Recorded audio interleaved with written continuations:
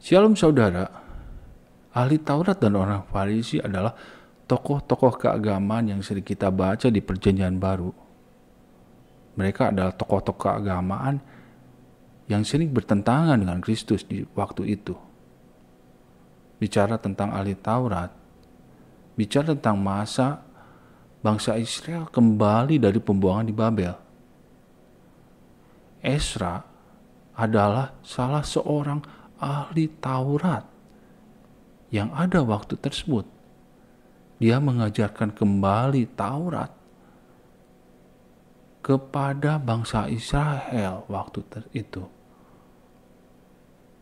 Orang Farisi adalah tokoh keagamaan yang muncul sekitar abad kedua sebelum Masehi.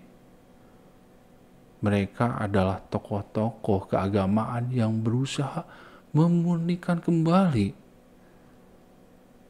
Taurat, ajaran dan ajaran-ajarannya beserta tradisi dari Yahudi agar tidak tercampur dengan budaya waktu itu.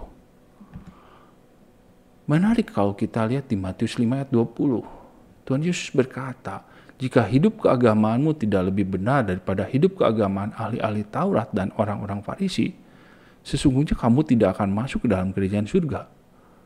Di sini kita bisa melihat ada satu pembandingan atau ada satu standar keagamaan ahli Taurat dan orang Farisi yang dijadikan satu tolak ukur syarat untuk masuk ke dalam kerajaan surga. Menarik di sini kita lihat pertanyaan selanjutnya yang menjadi kajian awal buat kita adalah siapakah ahli Taurat dan orang Farisi itu? Pertama, ahli Taurat. Ahli Taurat adalah para pakar dalam hukum Taurat. Mereka berfokus kepada pengajaran dan penafsiran hukum Taurat. Fungsi ahli Taurat pertama adalah penafsir hukum, mempelajari, menafsirkan, dan mengajarkan Taurat kepada masyarakat Yahudi. Kedua, penulis. Mereka berperan sebagai juru tulis atau penyalin teks-teks kitab suci. Ketiga adalah penasihat hukum.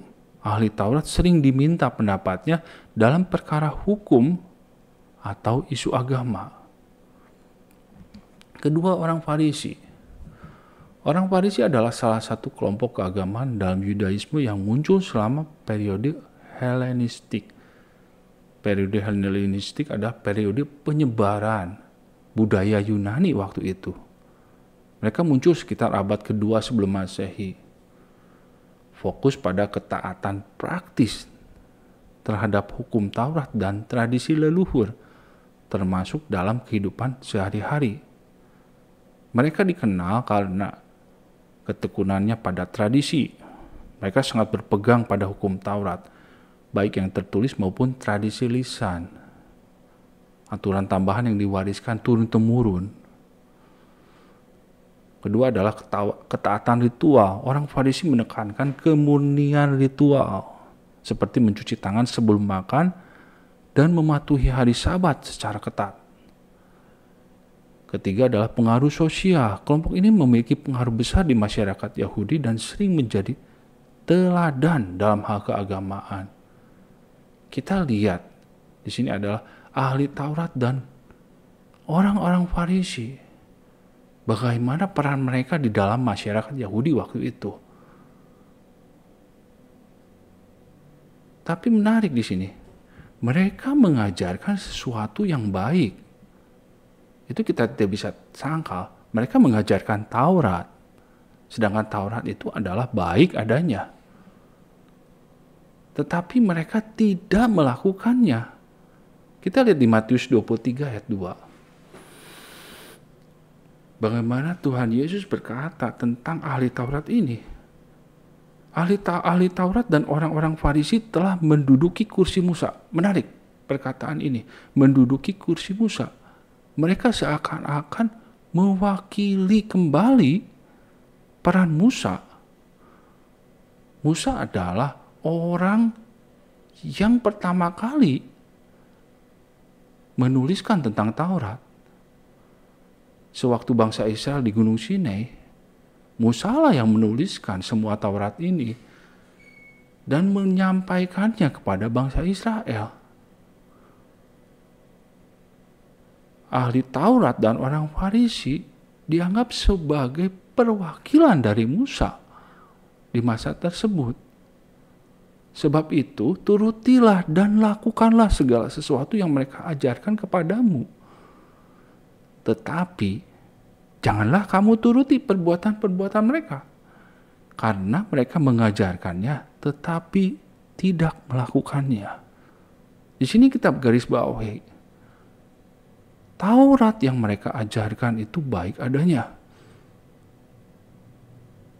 Tetapi Tuhan Yesus menggarisbawahi ada perbuatan-perbuatan mereka yang seharusnya tidak kita turuti.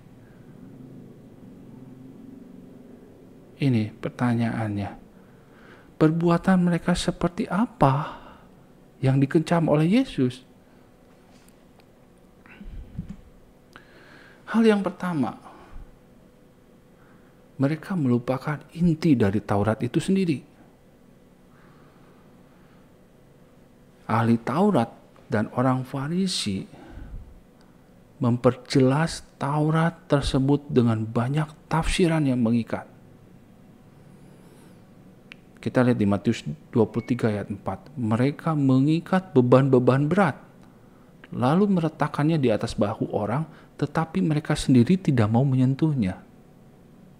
Mungkin kita bisa diperjelas. Maksud dari ayat ini adalah, kita lihat di sini, tafsiran dari ahli Taurat ada dua. Pertama, hukum Taurat tertulis, dan kedua adalah tradisi lisan. Hukum Taurat tertulis, dia mencakup 613 mitzvot atau perintah yang terdiri dari 248 perintah positif, lakukan ini, dan 365 perintah negatif, jangan lakukan ini. Mereka menafsirkan, kita lihat di sini, hukum Taurat mereka tafsirkan dengan lebih jelas lagi, dengan lebih mendetail lagi. Bahkan banyak perintah-perintah yang merupakan hasil penafsiran dari Taurat yang ada. Selain tertulis, ada juga tradisi lisan. Mishnah, istilahnya adalah kumpulan hukum lisan yang disusun pada abad kedua Masehi. Gemara, diskusi dan analisa atas Mishnah itu merupakan tradisi lisan dari Taurat. Jadi Taurat itu ditafsirkan baik secara tertulis maupun secara lisan. Begitu banyaknya penafsiran mereka. Itu dari ahli Taurat. Kita lihat di sisi orang Farisi. Orang Farisi juga memiliki banyak tafsiran dan tradisi yang dikembangkan untuk menegakkan hukum Taurat. Mereka berfokus pada penerapan hukum dalam kehidupan sehari-hari dengan memperluas dan menyesuaikannya melalui tradisi lisan yang kemudian diwariskan dari generasi ke generasi. Menarik. Penafsiran secara lisan dari adat istiadat Yahudi tentang penafsiran Taurat ini oleh orang Farisi. Misalkan tentang hari Sabat, kita lihat bagaimana di situ ditentukan pekerjaan-pekerjaan apa yang tidak diperbolehkan waktu Sabat. Terus mereka harus berjalan berapa banyak maksimal waktu Sabat. Itu mungkin contoh-contoh aturan dari tafsiran orang-orang Farisi tersebut. Itu seakan-akan mengikat semuanya. Kalau di sini kita lihat ada suatu beban-beban yang diletakkan di atas bahu orang agar mereka harus menuruti semua aturan-aturan tersebut. Mereka menginginkan kesempurnaan dari hidup keagamaan.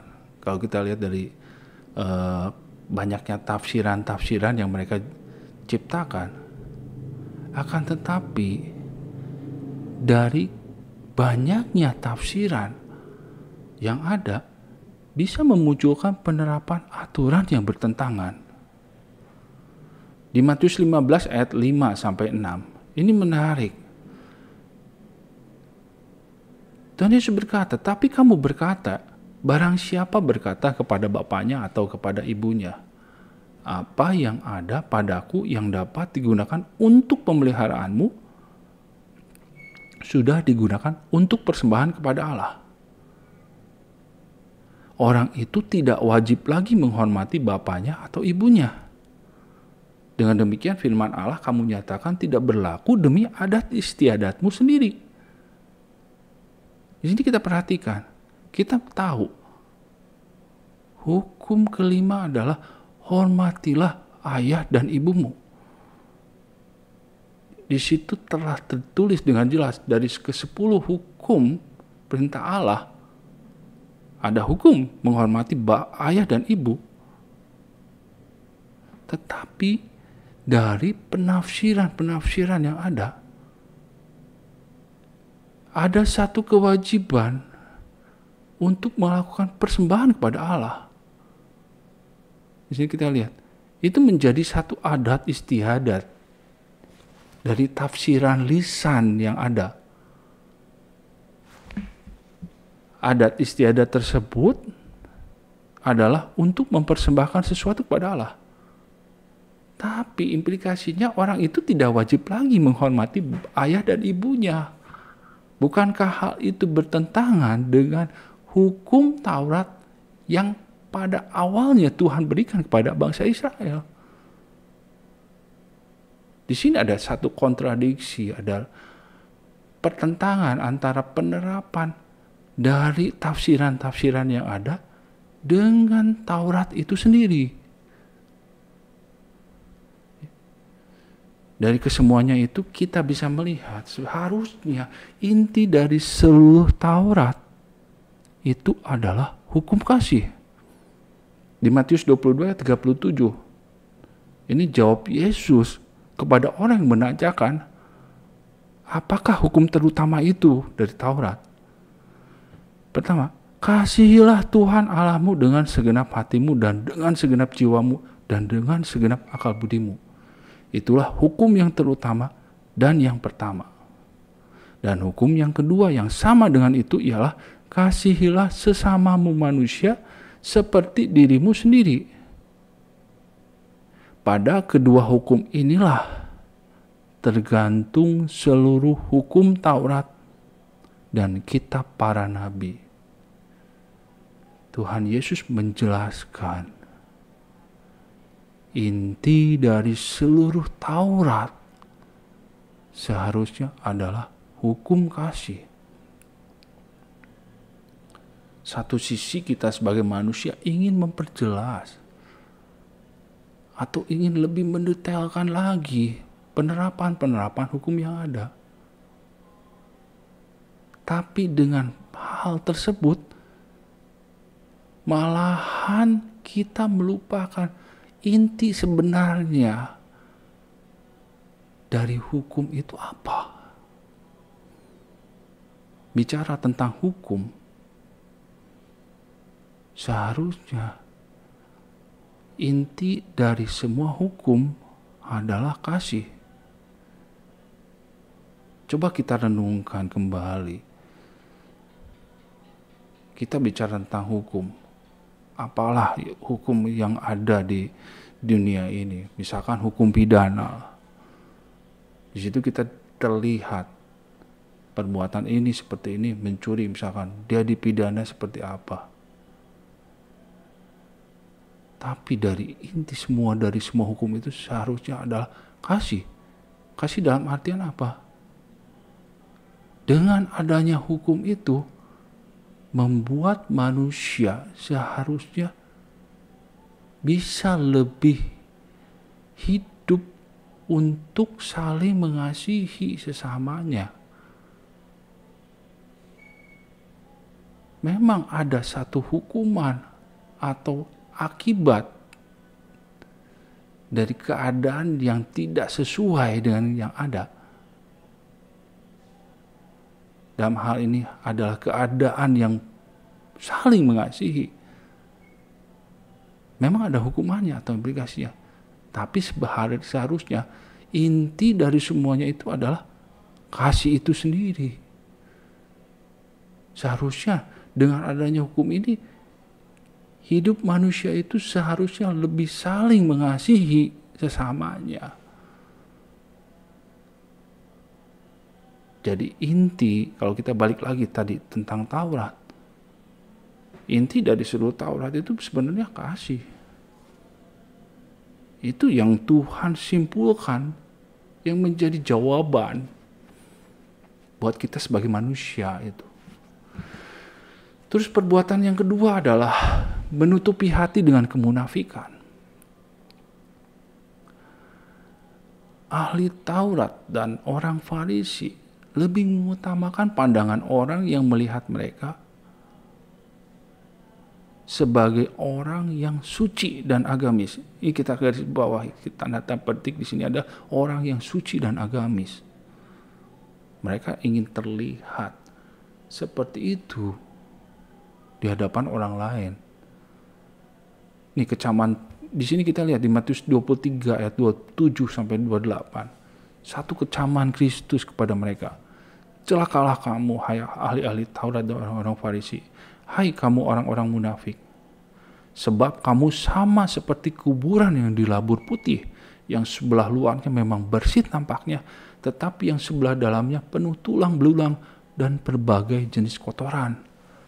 Demikian jugalah kamu. Di sebelah luar kamu tampaknya benar di mata orang, tetapi di sebelah dalam kamu penuh kemunafikan dan kedurjanaan. Kecaman Kristus yang tajam di sini. Kecaman kepada kemunafikan dari mereka. Ingin terlihat suci, agamis di hadapan orang lain. Tetapi di dalam diri mereka ada suatu kemunafikan. Mereka seakan-akan memakai topeng di dalam hidup mereka. Topeng yang baik itulah yang mereka munculkan di hadapan orang. Terus kita lihat, hati yang merupakan sumber kehidupan seharusnya yang harus selalu dijaga kesuciannya. Kita lihat di Matius 15 ayat 18. Ini perkataan Kristus, penjelasan Kristus. Tetapi apa yang keluar dari mulut berasal dari hati, dan itulah yang menajiskan orang. Kita garis bawahi, yang keluar dari hati itulah yang menajiskan orang. Jadi seharusnya kita harus bisa menjaga hati itu tetap suci atau tidak najis dalam hal ini. Kenapa? Karena dari hati timbul segala pikiran jahat, pembunuhan, perzinahan, percabulan, pencurian, sumpah palsu, dan hujat. Semua perbuatan-perbuatan yang notabene adalah perbuatan yang melanggar dosa. Itu muncul dari hati. Hati itulah yang seharusnya kita pelihara agar dijaga kesuciannya. Bertentangan dengan tadi di Matius 23-27. Orang Farisi lebih mementingkan pandangan orang secara fisik agar terlihat suci dan agamis, yang mungkin dengan doa yang terlihat indah, doa yang panjang, cara mereka berpakaiankah, ataukah aturan-aturan yang mereka lakukan atau perilaku mereka yang lakukan, sehingga orang-orang bisa melihat bahwa mereka itu seorang yang suci. Tapi mereka melupakan atau mereka menutupi hati itu, hati yang seharusnya dijaga kesuciannya, mereka tutupi dengan kemunafikan. Itu yang menjadi perbuatan yang Tuhan Yesus kecam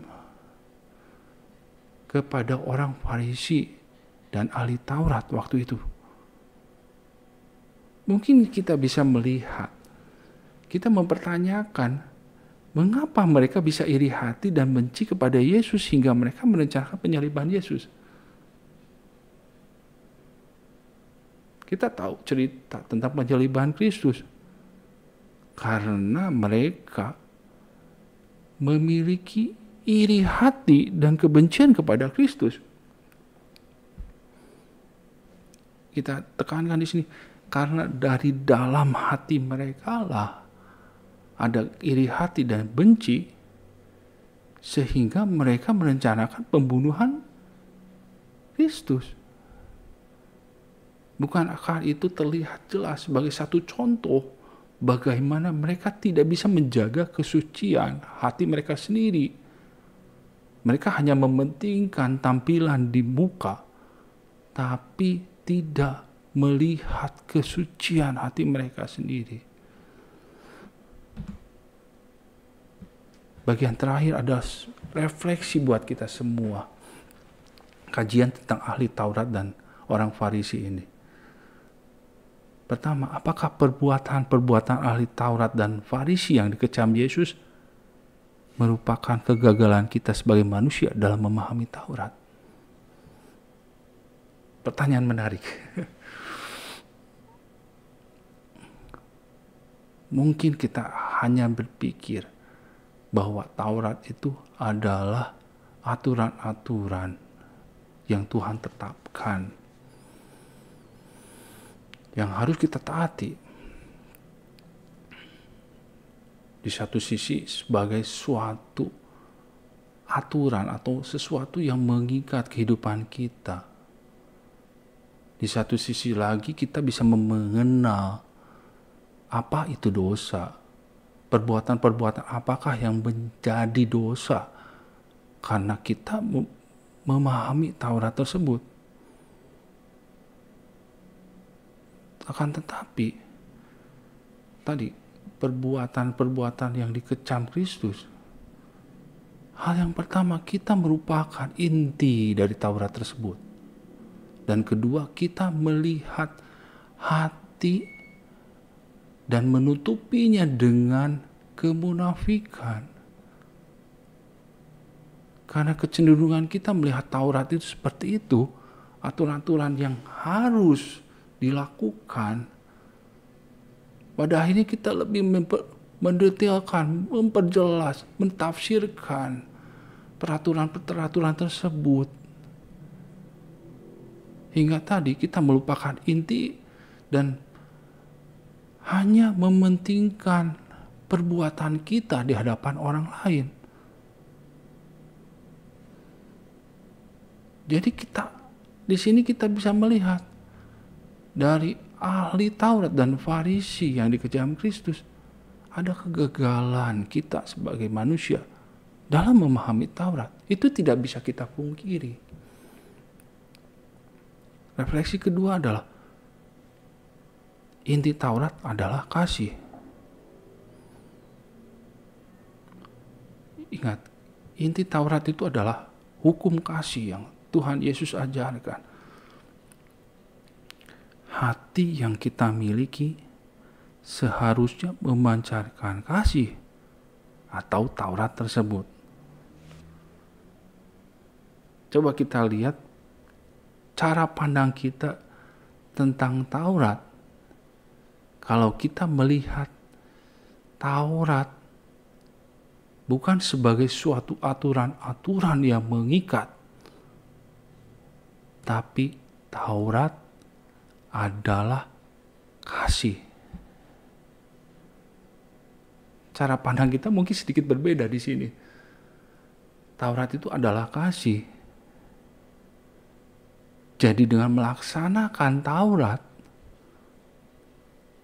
berarti kita memancarkan kasih. Hati yang kita miliki memancarkan kasih. Dalam hal ini, memancarkan Taurat tersebut dalam perilaku kita. Mana kalau kita bicara tentang cara pandang yang berbeda tentang Taurat.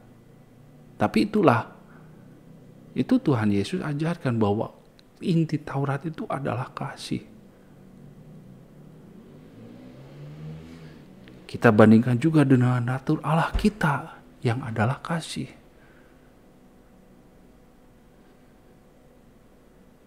Allah adalah kasih. Taurat yang merupakan aturan yang Tuhan berikan adalah kasih juga. Jadi dari kesemuanya ini, pesan utama yang Allah ingin kita simpulkan atau kita pikirkan, bahwa semuanya itu berbicara tentang kasih. Itu mungkin jadi satu refleksi buat kita semua. Puji Tuhan, saya cukupkan sekian renungan kita. Tuhan Yesus memberkati kita semua.